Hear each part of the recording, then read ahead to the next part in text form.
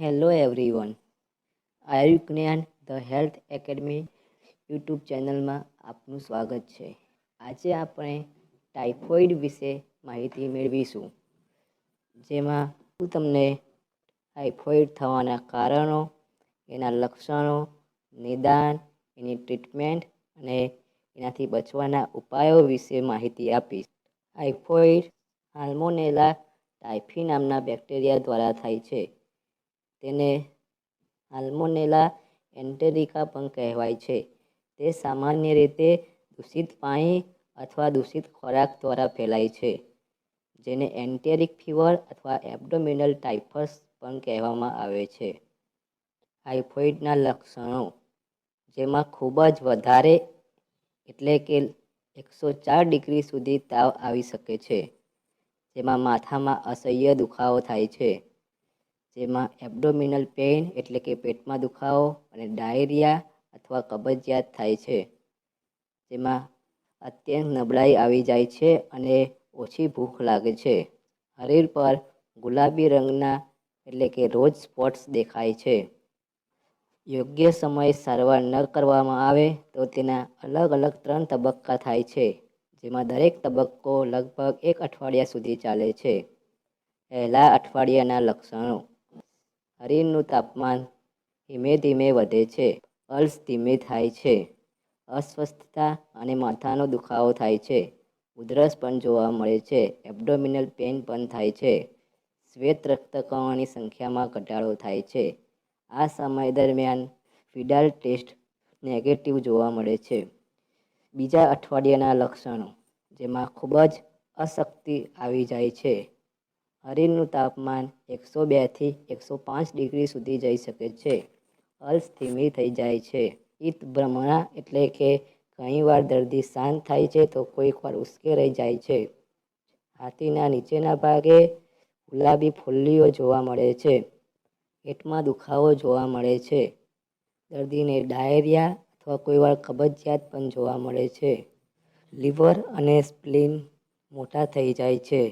આ દરમિયાન Widal test હકારાત્મક હોય છે. ત્રીજા અઠવાડિયાના લક્ષણો: આ દરમિયાન ખૂબ જ વધારે તાવ જોવા મળે છે, ડિહાઇડ્રેશન થાય છે અને કુપોષણ જોવા મળે છે.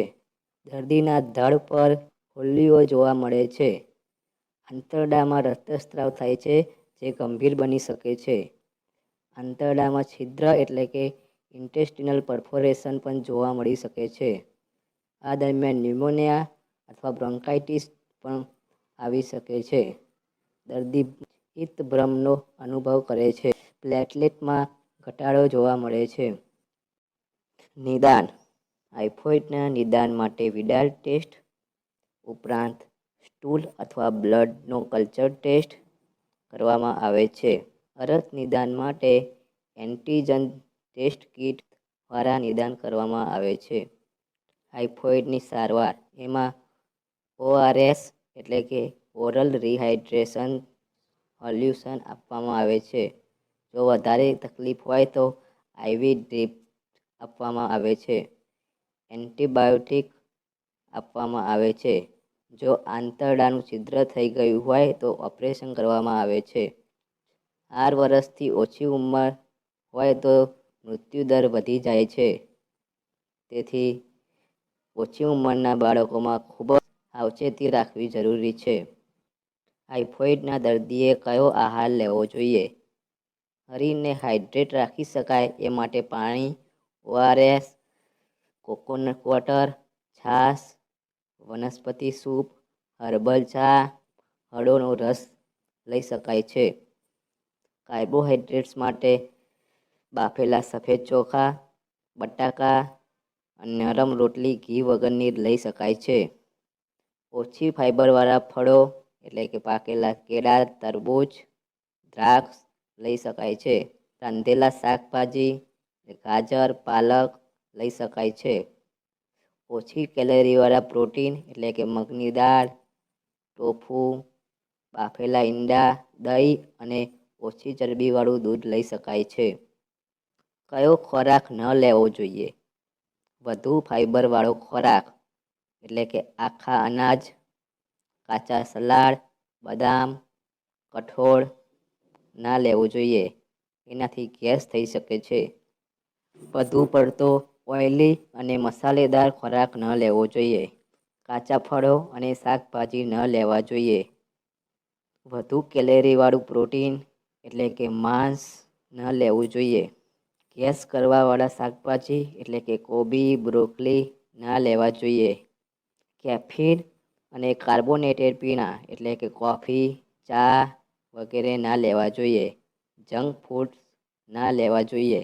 અને વધુ પડતી ડેરી પ્રોડક્ટ એટલે કે ચીઝ વગેરે ન લેવું જોઈએ.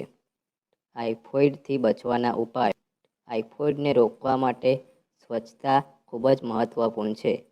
જેથી જમતા પહેલાં અને ટોયલેટ ગયા પછી હાથ સાબુથી બરાબર ધોવા જોઈએ.